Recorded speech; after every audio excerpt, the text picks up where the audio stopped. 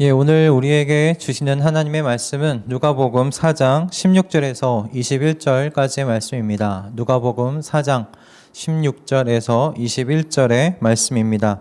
제가 봉독해 올리도록 하겠습니다. 예수께서는 자기가 자라나신 나사렛에 오셔서 늘 하시던 대로 안식일에 회당에 들어가셨다. 그는 성경을 읽으려고 일어서서 예언자 이사야의 두루마리를 건네받아서 그것을 펴시어 이런 말씀이 있는 데를 찾으셨다. 주님의 영이 내게 내리셨다. 주님께서 내게 기름을 부으셔서 가난한 사람에게 기쁜 소식을 전하게 하셨다. 주님께서 나를 보내셔서 포로된 사람들에게 해방을 선포하고 눈먼 사람들에게 눈뜸을 선포하고 억눌린 사람들을 풀어주고 주님의 은혜의 해를 선포하게 하셨다. 예수께서 두루마리를 말아서 시중드는 사람에게 되돌려 주시고 앉으셨다. 회당에 있는 모든 사람의 눈은 예수께로 쏠렸다. 예수께서 그들에게 말씀하셨다. 이 성경 말씀이 너희가 듣는 가운데서 오늘 이루어졌다. 아멘. 오늘 이 말씀 가지고요, 은혜로 찾아온 하나님의 나라라는 제목의 말씀을 함께 나누기를 원합니다. 여러분 또 한 주간 어떻게 승리하신 한 주 보내셨나요? 얼굴들, 여기 계신 분들의 얼굴들을 보아하니 좀 피곤하고 그런 것 같은데 우리 서로에게 한 주 애쓰셨습니다. 승리하신 또 한 주를 시작하십시다. 그렇게 함께 서로 격려했으면 좋겠습니다. 함께 서로를 향해서 한 주 애쓰셨습니다. 또 승리한 한 주 되십시다. 네, 아직 서로 서먹한 것 같아요. 네, 빨리 친해지는 우리 수서 동인교회 됐으면 합니다. 저희 2000년 여러분 그 새로운 밀레니엄을 맞이했던 때가 여러분 기억나시는지 모르겠습니다. 새로운 그 어떤 세상에 대한 그 종말이죠. 그런 이야기로 그 시끌시끌했던 것이 기억이 나는데요. 그 당시에 여러분들 기억하실지 모르겠지만 그 밀레니엄 버그라는 것 혹시 기억하십니까? 그 여태까지 그 밀레니엄 버그로 인해서 우리의 기술이 마비되고 그래서 문명이 급격하게 퇴보할 것이다 라는 그 주장이 있었던 때가 2000년, 1999년에서 2000년 넘어가는 그 시점에 있었어요. 그리고 그뿐만 아니라 그때 그 시절에 그 노스트라다무스에 대한 예언이 한창 이렇게 떠들썩하게 돌았던 때가 그때쯤이었던 것으로 기억합니다. 그래서 그때 그 지구 종말과 관련한 주제로 영화들이 참 여러 개봉했고 인기를 끌었던 걸로 기억하고 있어요. 그 종말에 대한 그래서 사전적 정의가 어떻게 되나 싶어서 한번 좀 찾아봤습니다. 사전에서는 이렇게 나와 있어요. 계속되어 온 일의 맨 끝이라고 되어 있습니다. 계속되어 온 일의 맨 끝. 그래서 다들 이렇게 종말을 하면 그 지구의 뭔가 끝을 생각하는 건 아닌가라는 생각도 들었습니다. 여러분 그렇다면 기독교가 말하는 종말은 어떤 의미를 갖고 있을까요? 똑같은 의미를 여러분 가지고 있을까요? 결과론적으로 이야기를 드리면 기독교가 이야기하는 종말은 조금은 다릅니다. 성경은 우리가 이미 종말을 살아가고 있다라고 그렇게 말하고 있어요. 왜냐하면 기독교가 말하는 이게 종말은 하나님 나라하고 연관이 있기 때문에 여러분 그렇습니다. 기독교에서 종말은 어떤 때인가? 하나님의 나라가 완전하게 임한 때를 의미해요. 그러면 하나님의 나라가 어떤 나라냐면 하나님의 나라는 하나님의 말씀이 한치도 어그러짐 없이 완벽하게 수행되는 그리고 드러나는 그런 나라가 하나님의 나라예요.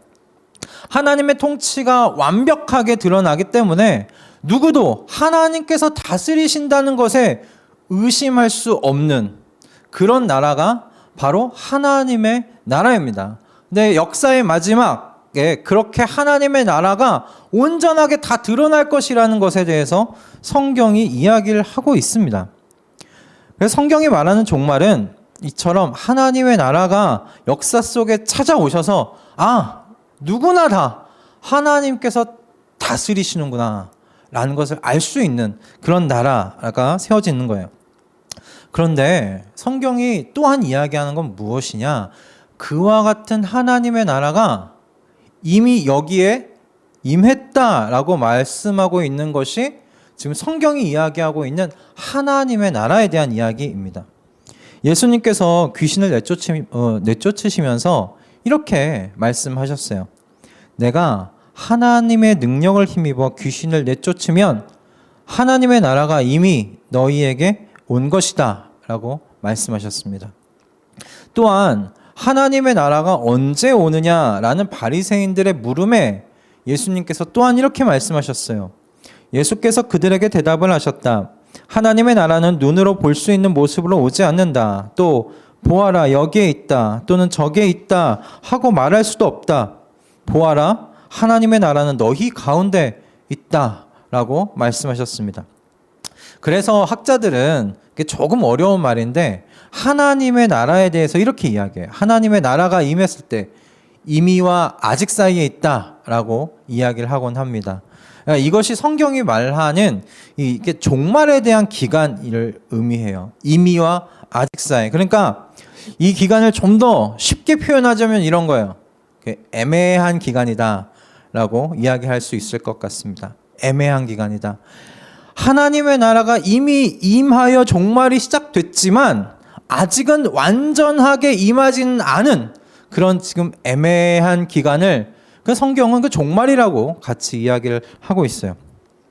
근데 이 예수님께서 이 애매한 기간, 하나님의 나라가 이미 임했는데 아직까지 우리가 다 보면서 하나님이 정말 다스리셔 라고 모두가 다 인정하는 그런 때는 아직 임하지 않았잖아요. 그 중간에 이 기간, 이 종말의 기간을 예수님께서는 그럼 뭐라고 표현하셨느냐? 뭐라고 말씀하셨느냐? 여러분 그것이 19절의 말씀입니다. 오늘 본문의 19절의 말씀입니다. 주님의 은혜의 해를 선포하게 하셨다라는 말씀이에요. 여러분 누가복음 이 4장 18절과 이 19절의 말씀은 예수님께서 구약성경 이사야 61장 1절과 2절의 말씀을 인용하신 거예요. 꺼내서 읽으신 거예요. 그런데 구약성경에 이사야서 61장 1절과 2절을 여러분 한번 살펴보십시오. 특별히 2절의 마지막 절은 이렇게 기록되어 있어요. 주님의 은혜의 해와 우리 하나님의 보복의 날을 선언하고 모든 슬퍼하는 사람들을 위로하게 하셨다. 구약 성경에는 분명히 무슨 날까지 기록되어 있냐면 보복의 날을 선언하고 라고 이야기되어 있습니다. 기록되어 있어요. 하나님께서 정의와 공의로 심판하심으로 이게 모든 억울한 사람들, 이 모든 슬퍼하는 사람들의 눈에서 눈물을 닦아주시는 그런 보복의 날이 그 마지막 날에 임할 거라고 기록되어 있습니다. 그러니까 구약은 이와 같은 종말의 전망을 제시하고 있는 거예요. 그런데 예수님께서 이 말씀 중에 어떤 말씀을 빼셨어요? 보복의 날을 빼셨어요. 보복의 날을 빼시고 주님의 은혜의 해까지만 읽으신 거예요. 그리고 성경을 덮으셨어요. 그리고 그 자리에 앉아 있었던 모든 사람에게 이렇게 말씀하셨습니다. 너희가 듣는 가운데 이 말씀이 이루어졌다라고 말씀하셨어요.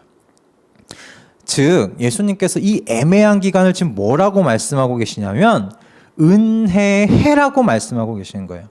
은혜의 때라고 말씀하고 계신 거예요. 그러니까 예수님께서 말씀하신 이 종말은 지구의 끝을 얘기하는 게 아니에요. 종말은 예수님이 말씀하신 건 지금 은혜의 때야.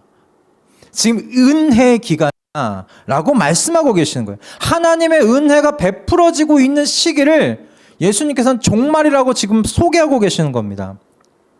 하나님의 한량없는 은혜와 그 사랑이 베풀어짐으로 말미암아 지금 이 시기에는 누구든지 이 하나님의 나라 가운데 들어오는 사람들은 하나님께서 다 받으시겠다고 작정하신 그와 같은 시기라는 거예요. 누구든지 다 받아주시겠다라고 활짝 문을 열어놓으신 은혜의 시기라는 거예요. 지금은 하나님께서 보복하시는 때가 아니라는 겁니다. 여러분 그렇다면 질문이 여기 죄송합니다. 뭐가 이렇게 같이 떴네요. 그렇다면 질문이 이게 생깁니다. 하나님의 나라가 이미 우리 가운데 이미 왔음을 우리는 그럼 어떻게 아는가라는 거예요. 하나님의 나라가 이미 우리 가운데 와 있음을 그럼 우리는 어떻게 알 수 있을까? 여러분, 바로 그것이 지난주, 지지난주 함께 이야기를 나누었던 하나님 나라 운동과 관련된 일입니다. 예수님께서 우리 가운데 하나님 나라의 운동을 어떻게 진행하고 계시는가요? 가난한 사람에게 기쁜 소식이 이루어지고 있는 걸 보느냐? 여러분, 하나님의 나라가 지금 여기에 임했다는 걸 알아라 라는 말씀이에요. 포로된 사람들에게 해방이 선포되는 그런 일들이 일어나고 있느냐? 그런 운동이 일어나고 있느냐? 그렇다면 여기에 하나님의 나라가 여기에 임했는 줄 너희가 알아라 라는 말씀이에요. 예수님께서 제자들을 팔레스타인 각지로 보내시면서 다음과 같이 말씀하셨어요. 거기에 있는 병자들을 고쳐주며 하나님 나라가 가까이 왔다 하고 그들에게 말하여라 라고 예수님께서 제자들에게 말씀하셨어요. 이런 교회 공동체는 그래요, 예배 공동체입니다. 그리고 동시에 어떤 공동체인가? 하나님의 나라가 여기 왔다라고 선포하는 선포 공동체라는 겁니다. 하나님의 나라를 어떻게 선포하는가? 예수님께서 시작하신 그 하나님 나라의 운동을 여러분, 우리 교회가 이어감으로 말미암아 여기에 정말 하나님의 나라가 임했어요. 지금은 은혜의 시기예요. 누구든지 들어오세요. 그럼 그걸 선포하는 거예요. 오늘 우리는 이 예수님께서 시작하신 이 하나님 나라 운동의 두 가지를 함께 좀 살펴보고자 합니다. 여러분, 바라기는 예수님께서 시작하신 이 하나님 나라 운동이 무엇인지 깨달아지는 시간 되어지기를 여러분 주님의 이름으로 축복드립니다. 또한 저와 여러분 안에 이미 시작된 그 하나님 나라의 운동을 하나님을 모르는 세상 가운데 드러내셔서 지금은 하나님께서 돌아오는 시기입니다. 지금은 은혜의 시기입니다. 그렇게 하나님의 나라를 소개하는 제 남은 인생이 되게 해달라는 그런 고백과 결단이 이어지는 귀하고 복된 이 예배의 자리가 되어지기를 주님의 이름으로 축원드립니다. 아멘. 오늘 우리가 두 가지를 살펴볼 거예요. 첫 번째 우리가 먼저 살펴볼 건 이겁니다. 예수님께서 시작하신 이 하나님 나라는 여러분 어떤 나라인가? 시력을 회복해 하는 나라입니다. 시력을 회복해 하시는 운동을 예수님께서 시작하셨어요. 18절 하반절을 보면 눈먼 사람들에게 눈뜸을 선포하고 라고 기록되어 있습니다. 영어 성경에 보면 이 눈뜸이 뭐라고 표현되어 있냐면 리커버리라고 되어 있습니다. 제가 발음이 좋진 않지만 여러분 알아들으실 수 있죠? 리커버리 무슨 뜻이에요? 꿀먹은 벙어리 다 이렇게 마스크 쓰고 있어서 그런 거죠. 회복이라는 의미입니다. 여러분 이 부분이 개역개정에서는 어떻게 이게 번역이 됐냐면 다시 보게 함을이라고 번역됐어요. 다시 보게 함을. 저는 이게 회복한다는 것, 이 다시 보게 한다는 이 표현이 사실 전 이상하다고 생각이 들었어요. 이상하다. 왜냐하면 성경이 말하는 인류는 여러분 날 때부터 눈이 감겨 있는 상태로 나야 눈 떠 있는 상태로 나온다고 얘기해요. 눈먼 상태로 나온다고. 성경이 이야기한 인류는 태어날 때부터 눈먼 상태로 태어난다라고 이야기를 하고 있어요. 그래서 성경은 인류를 죄인이라고 이야기를 하잖아요. 죄인. 그런 죄를 그 히브리어로 그 하타라고 합니다. 그리고 헬라어로는 하마르티아라고 이야기를 해요. 그 뜻은 무엇이냐면 관역에서 벗어난 것이라는 의미를 갖고 있어요. 관역에서 벗어난 것. 그러니까 화살이 관역에서 벗어났다는 것은 사실 그 결과적인 이야기잖아요. 처음에 원인은 무엇이에요? 여러분 조준이 잘못됐다는 걸 의미해요. 조준이 잘못됐으니까 관역으로 못 들어가는 것이죠. 그런데 우리가 여러분 눈먼 상태예요. 눈먼 상태라고 생각해 보십시다. 조준이 가능할까요? 조준 자체가 불가능해요. 조준이 안 되는 겁니다. 사실 일단 관역이 어느 위치에 있는지도 볼 수가 없어요. 알 수가 없어요. 그냥 밤하늘에 대고 화살 쏘는 것과 마찬가지예요. 그러니까 아예 관역조차 본 적이 없는데 우리가 조준해야 할 관역, 그걸 어떻게 합니까? 우리가 조준해야 할 그 관역은 창조주 하나님이신데 성경이 사람은 태어날 때부터 그 중심의 조준이 하나님으로부터 벗어나 있다라고 이야기를 하고 있는 거예요. 이재철 목사님의 그 새신자 반이라는 책에 죄에 대해서 이렇게 정리가 되어 있는데 저도 동의가 되어서 이 시간 좀 읽어드리고자 합니다. 한 줄짜리예요. 길지 않아요. 죄는 하나님을 관역 삼아야 할 믿음의 자리를 벗어나는 것이요, 하나님의 법도를 지켜야 할 순종의 자리를 이탈하는 것이다 라고 정의를 하셨더라고요. 죄는 하나님을 관역 삼아야 할 믿음의 자리를 벗어나는 것, 하나님의 법도를 지켜야 할 순종의 자리를 이탈하는 것, 이게 죄다라고 정의를 하셨어요. 여러분, 그런 사람이 처음부터 눈먼 상태였다는 거예요. 여러분, 근데 사람이 정말 아예 처음부터 눈먼 상태였는가? 그렇지 않아요. 하나님께서 아담을 창조하셨을 때 사람은 어땠어요? 하나님을 정확히 보았어요. 하나님과 교제하였습니다. 그분의 말씀을 분별할 수 있었어요? 분별할 수 있었습니다. 그분의 말씀에 기꺼이 순종할 수 있었나요? 있었습니다. 여러분, 이 사람의 손에 하나님께서 창조하신 동산을 맡기셨어요. 너가 경영해봐 라고 맡기셨단 말이에요. 그러니까 인류 최초의 그 조상 아담과 하와는 그러니까 하나님의 창조하신 그 땅을 하나님의 뜻에 따라 경영할 수 있는 하나님의 손과 발들이었다라는 겁니다. 그런데 죄가 들어온 거예요. 죄가 들어오면서 내가 주인 되고 내가 왕이 되는 그 살아보려는 그 죄가 우리의 눈을 멀게 해버린 것입니다. 그 관역의 중심에 하나님이 안 계세요.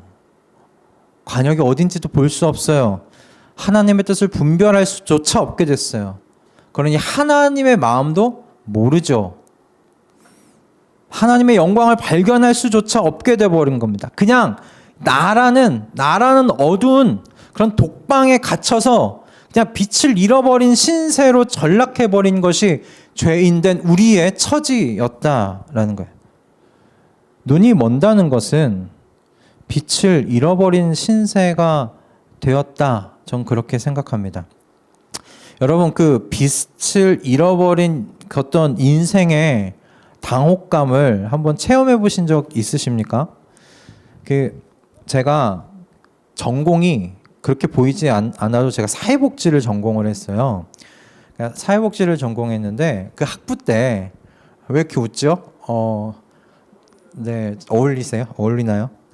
그 학부 때 이벤트를 했어요. 어떤 이벤트를 했냐면 그 장애우들의 불편한 몸을 체험해보는 이벤트를 했었어요. 제가 1학년생이었는데 제가 이렇게 뽑았던 건 뭐였냐면 시각장애우였어요. 시각장애우를 체험하는 걸 뽑았어요. 앞을 볼 수 없도록 빛이 들어오지 않도록 눈 가리개를 정말 꽉 해요. 그러니까 살짝만 매도 되는데 뭐 이렇게 정말 열심히 하셨는지 꽉 맸어요. 눈이 아팠어요.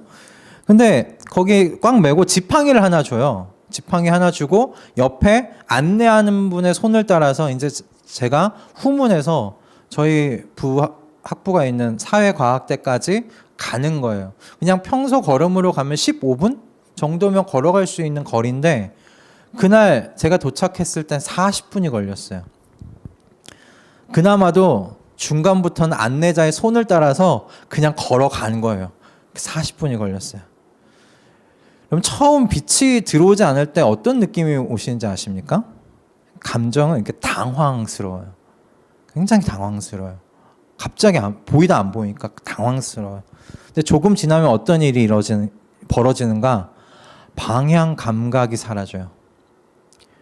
내가 분명히 어떻게 가야지 하고 봤는데 조금 몇 발자국을 지나지 않아서 제가 분명히 가려고 했던 방향으로 내가 지금 가고 있는가? 라는 의심과 방향 감각이 상실되는 걸 경험하게 돼요. 그리고 중간에 잠시 안내자 없이 걷는 경험을 하게 되거든요. 그럼 그때는 두려움이 엄습해요. 갑자기 내가 어디에 부딪힐까봐, 뭐에 걸려 넘어질까봐 두려움이 엄습하는 것을 경험해요. 그날이 저희가 기억에 가을이었어요. 선선하게 바람도 이렇게 불었던 때인데, 사회과학대 저희 그 건물에 도착했을 때 제 셔츠가 땀으로 흠뻑 젖었었어요. 전 그 경험을 통해서 이게 눈으로 이게 본다는 것, 그게 얼마나 많은 걸 담고 있는 행위인지를 깨닫게 됐어요. 그리고 성경을 보고 공부하면서 빛을 인식할 수 있다는 것이 무엇과 연관되는지 이렇게 생각해 보게 되었던 때가 있었습니다. 여러분, 본다는 건 내가 갈 수 있는 목적지를 볼 수 있다는 걸 의미해요. 그죠? 내가 갈 수 있는 목적지가 보인다는 거예요. 그건 다른 말로 풀어 이야기하자면 관역이 보이는 거예요. 관역을 조준할 수 있게 된다는 거예요. 눈이 가려져 있는 상태에서는, 빛을 잃은 상태에서는 목적지를 볼 수 없어요. 관역을 볼 수 없어요. 방향 감각을 잃어서 여러분 목적지를 향해 갈 수조차 없어요. 그러므로 여러분, 눈먼 사람에게 눈뜸이 선포된다는 것은 무엇을 의미하는가? 너 이제 관역 볼 수 있어 라는 의미예요. 너 이제 관역 볼 수 있어. 넌 목적지를 볼 수 있고 그 목적지를 향해 걸어갈 수 있는 사람 되었어 라는 그런 의미입니다.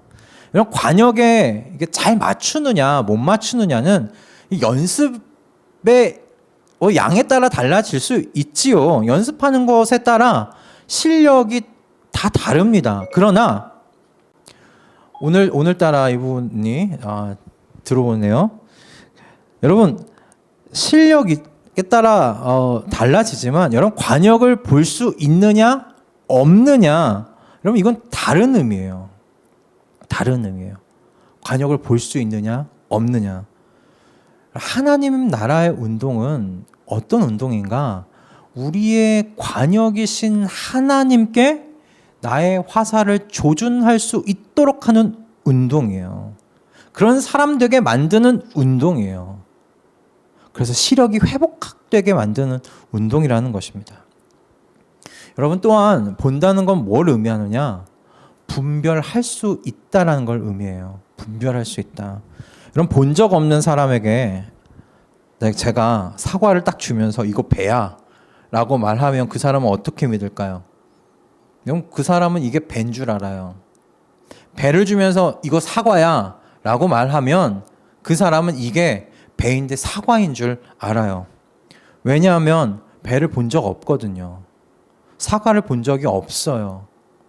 그것을 쥐어주는 사람의 말을 믿을 수밖에 없단 말이에요. 그런데 문제는 뭐냐? 이 손에 쥐어주는 자가 속이는 자라는 의미예요. 속이는 자가 우리의 손에 뭔가를 쥐어주는 자였단 말이에요. 성경은 사탄을 속이는 자라고 이야기를 합니다. 사탄이 우리의 인생 가운데 이거 썩은 사과인데 이거 좋은 사과야 라고 속이고 먹도록 했다는 거예요. 그렇게 볼 수 없는 인류를 여러분 놀이객감으로 여기고 가지고 놀았던 겁니다. 그러므로 하나님 나라 운동은 이와 같은 사탄의 놀이에 종식을 고하는 운동이에요. 왜? 눈이 떠졌으니까.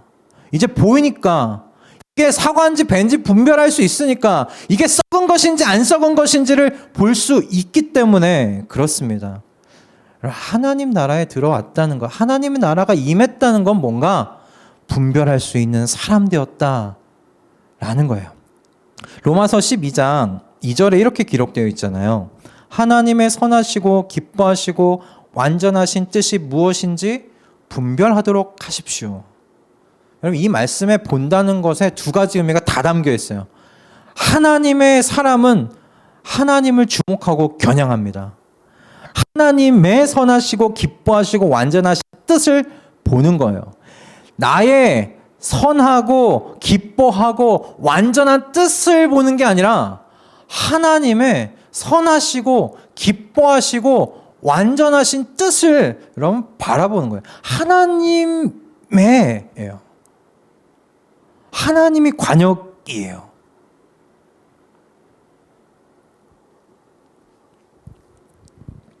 그리고 그 사람은 분별할 수 있는 능력을 가진 사람 되었어요. 그럼 분별할 수 없는데, 분별할 능력이 없는데 분별하도록 하십시오. 여러분, 이 말은 모순 아닙니까? 모순이잖아요. 분별할 수 있는 능력이 여러분 없어요. 분별할 수 있는 능력 없는데 가서 너무 분별하면서 살아야 돼. 이게 무슨 말이에요? 모순입니까? 분별할 수 있는 능력이 이제 있으니 하나님의 선하시고 기뻐하시고 완전한 뜻을 분별하면서 살아봐라라는 말씀이잖아요. 무엇이 사단의 놀이에 현혹된 것인지, 무엇이 나의 뜻인지, 무엇이 하나님의 뜻인지 이제 우리는 분별할 수 있는 사람 되었다라는 겁니다. 여러분, 하나님의 나라가 임했는지 어떻게 압니까? 제가 하나님을 내 인생의 관역으로 삼았다는 거예요. 실수하고 실패할 때 있지요. 그럼에도 나의 화살은 어디인가? 나의 화살촉의 방향은 어디인가? 하나님이란 말이에요. 하나님을 향하고 있단 말이에요. 나의 영광이 아니라 그분의 영광이 내 인생의 관역이 되었다란 말이에요. 저는 하나님의 뜻을 그래서 그 다음 분별하는 사람 되었다라는 이 말씀 우리에게 주신다라고 생각합니다. 무엇이 하나님의 선하신 뜻인지, 기뻐하시는 뜻인지 하나님께서 분별할 수 있도록 제게 분별하는 시력을 허락하셨단 말이에요. 분별하면서도 아직 그 어두움 가운데 살았던 삶에 이 습관이 남아 있어서 내 욕심과 나의 배를 위해서 알면서 선택하는 죄를 범할 때도 있지만 우리가 어떤 사람들 되었느냐? 하나님, 제가 하나님의 선하신 뜻, 하나님의 기뻐하시는 뜻, 하나님의 완전하신 그 뜻을 제가 구별하고 싶어요. 제가 분별하면서 살고 싶어요. 제가 그 뜻을 따라서 애쓰면서 살고 싶어요. 여러분, 그 안에 하나님의 나라가 임했다는 증거입니다. 여러분, 여러분의 인생의 관역은 누구십니까? 여러분, 그분의 선하시고 기뻐하시고 완전한 뜻이 무엇인지 분별하려고 여러분 애쓰고 그 뜻을 따라 순종하면서 여러분 살아가십니까? 그렇다면 하나님의 나라가 여러분 가운데 임한 것입니다. 여러분, 그것을 여러분 선포하는 인생으로 여러분 사십시다. 그래서 어두움 가운데 사는 우리 이웃들을 빛 가운데로 인도하여 오십시다. 진정한 인생의 관역을 보는 자리, 여러분 사단의 장난질에 속지 않고 하나님의 뜻을 분별하며 사는 이 건강함의 자리 가운데로 우리 이웃들을 인도하여 오는 우리 하나님 나라 운동 함께 나아가는 수서동행교회 우리 성도님들 다 되시기를 주님의 이름으로 축복합니다. 여러분, 마지막으로 우리 두 번째는 예수님께서 시작하신 하나님의 나라가 구원하시는 나라라는 거예요. 구원하시는 나라다. 18절 마지막 절을 보면 이 억눌린 사람들을 풀어주고 라고 되어 있습니다. 그럼 여기서 풀어주다라는 이 것에 이 영어 성경에서는 이거 리버티라고 번역되어 있어요. 대부분 free 아니면 liberty라고 되어 있어요. 근데 이 liberty라는 이 단어를 찾아봤어요. 어떨 때 사용되는 단어인가 찾아봤더니 이 단어는 압정 그리고 폭력적인 지배로부터의 자유를 의미할 때만 이 liberty가 사용돼요. 그러니까 영어 성경에서 liberty라고 사용했다는 건 뭐냐면 이 억눌린 사람의 그 억누른 권세가 뭐냐면 폭력적인 권세라는 거예요. 압정이라는 거예요. 부당한 권세 아래 지배당하는 사람이라는 그런 의미를 가지고 있어요. 그런 권세에서 풀어주려면 여러분 그 권세보다 더 큰 권능과 힘으로 그를 구원해 줘야 하거든요. 하나님의 나라가 그와 같다는 거예요. 전 이 하나님 나라, 이 운동, 이 잘 드러난 이야기가 마태, 마가, 이 누가복음, 이 공간복음이라고 하잖아요. 이 공간복음의 다 쓰여져 있는 거라사 광인의 이야기가 이 하나님 나라 이 운동을 드러내주는 이야기라고 생각을 합니다. 거라사 귀신 들린 사람 이야기 다들 아시죠?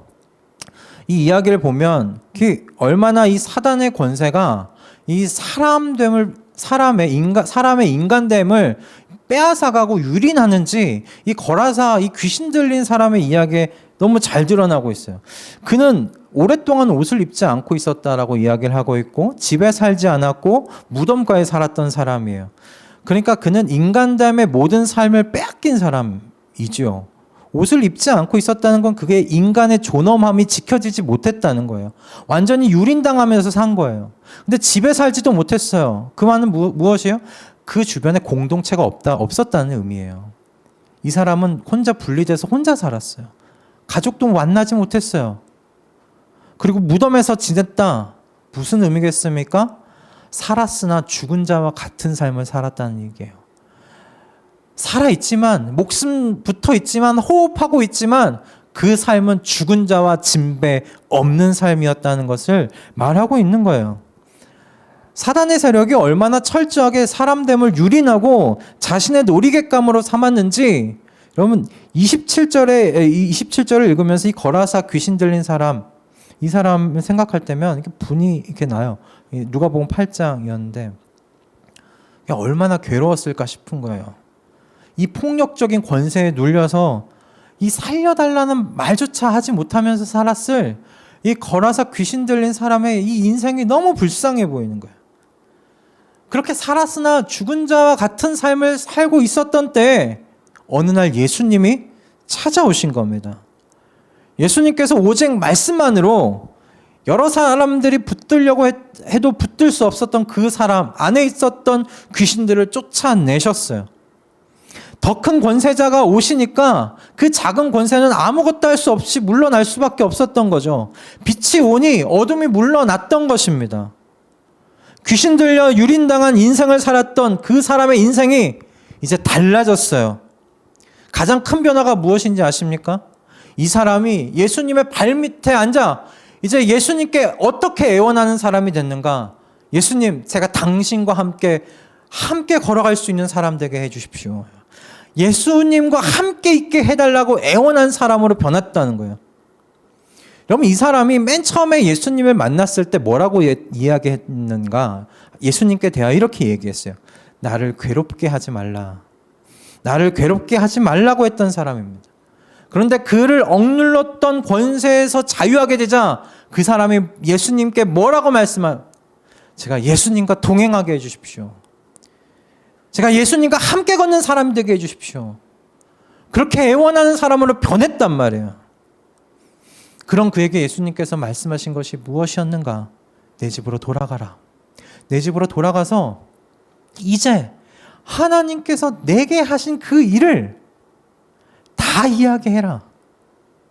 그것이 예수님께서 이 회복된 이 사람에게 말씀하셨던 거예요. 그리고 그는 예수님의 말씀을 따라서 그의 지역에서 예수께서 자기에게 하신 일을 낱낱이 온 읍내에 알리는 인생 되었다라고 기록하고 있습니다. 전 이 거라사 이 귀신 들린 사람의 이야기를 볼 때마다 이거 내 얘기라고 생각합니다. 이거 내 얘기네 싶은 거예요. 그래요. 제가 귀신 들린 적은 없어요. 제가 귀신 들린 적은 없고요. 옷 벗고 산 적도 없어요. 집에서 떨어져 산 적도 없어요. 근데 제가 거라사 귀신과 같다라는 무슨 말인가? 이 사람의 입에 담았던 그 말이 제 삶을 다스렸던 적이 있었거든요. 더없이 높으신 하나님의 아들 예수님, 당신이 나와 무슨 상관이 있습니까?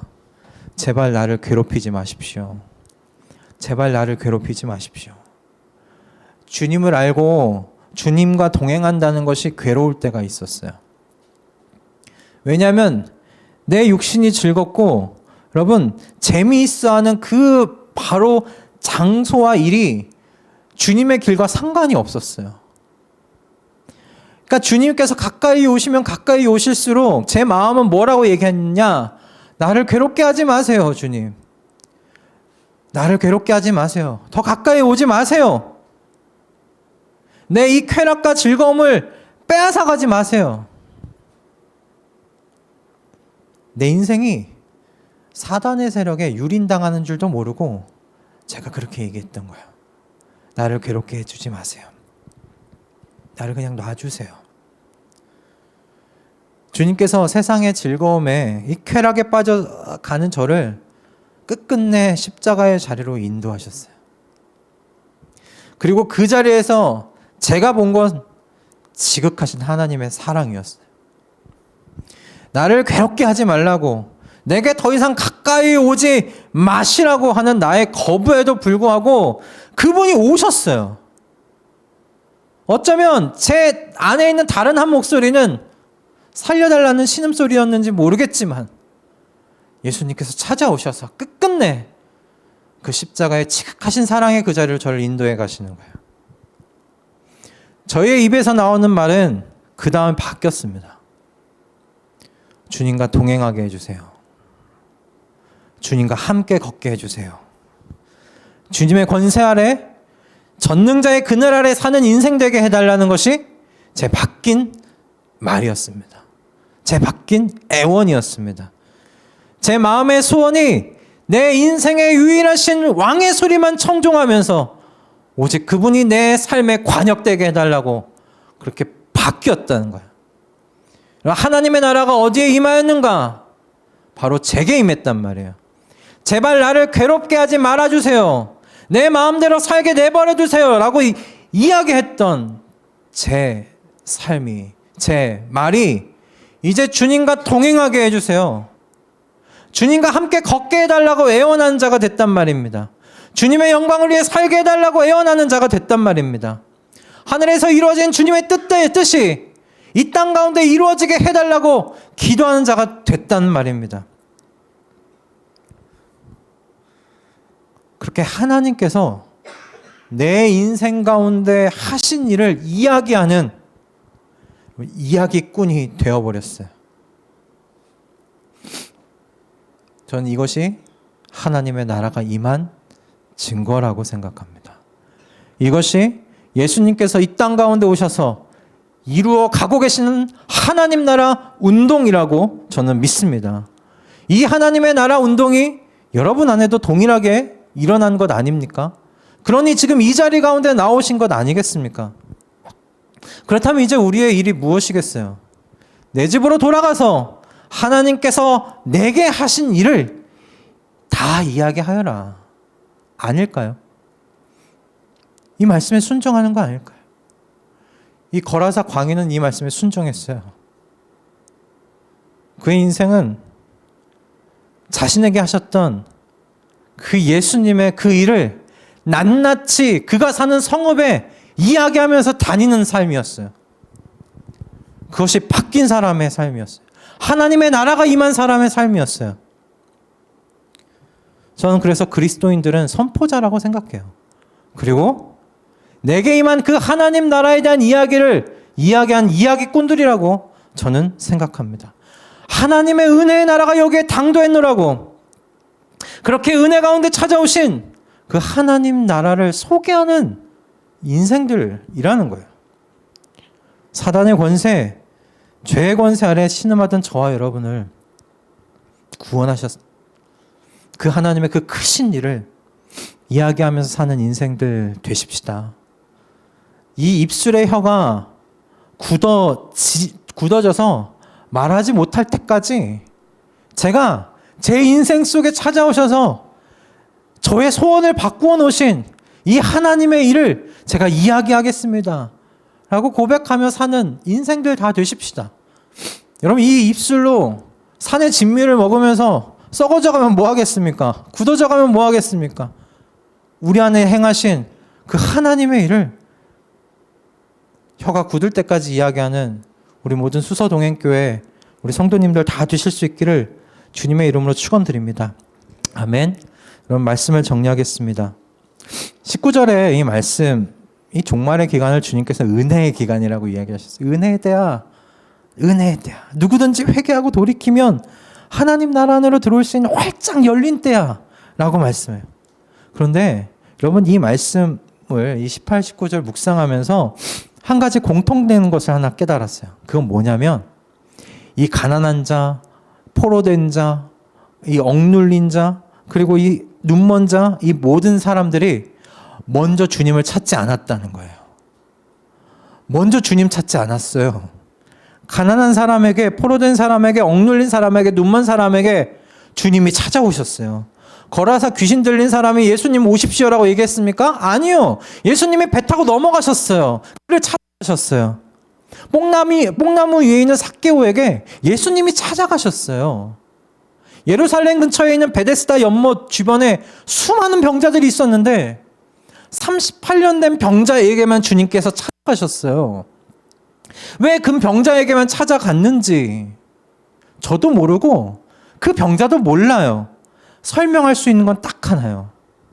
은혜입니다. 은혜입니다. 그것 외에는 설명할 방도가 없어요. 여러분, 은혜에 우리 주님께서 오직 사랑과 긍휼의 마음으로 우리를 찾아오십니다. 그것이 지금 은혜의 때입니다. 우리의 가난한 것을 불쌍히 여기시고 우리의 포로된 것에 분노하시고 우리 눈먼 것에 슬퍼하시고 우리의 억눌린 것을 그분의 권능으로 풀어주셨습니다. 여러분, 저와 여러분이 이 은혜 안에, 이 은혜의 나라 안에 들어가 있는 것을 기뻐하고 또 기뻐한 인생들 다 되실 수 있기를 바랍니다. 그리고 내게 이 큰 일을 행하신 이 하나님에 대한 이야기를 우리 주변에 낱낱이 전하면서 살아가는 우리 수서 동행교회, 우리 공동체 되었으면 좋겠습니다. 여기 다 이야기꾼들 되었으면 좋겠습니다. 이야기꾼의 인생 사시는 우리 모두가 되어지기를 주님의 이름으로 축원드립니다.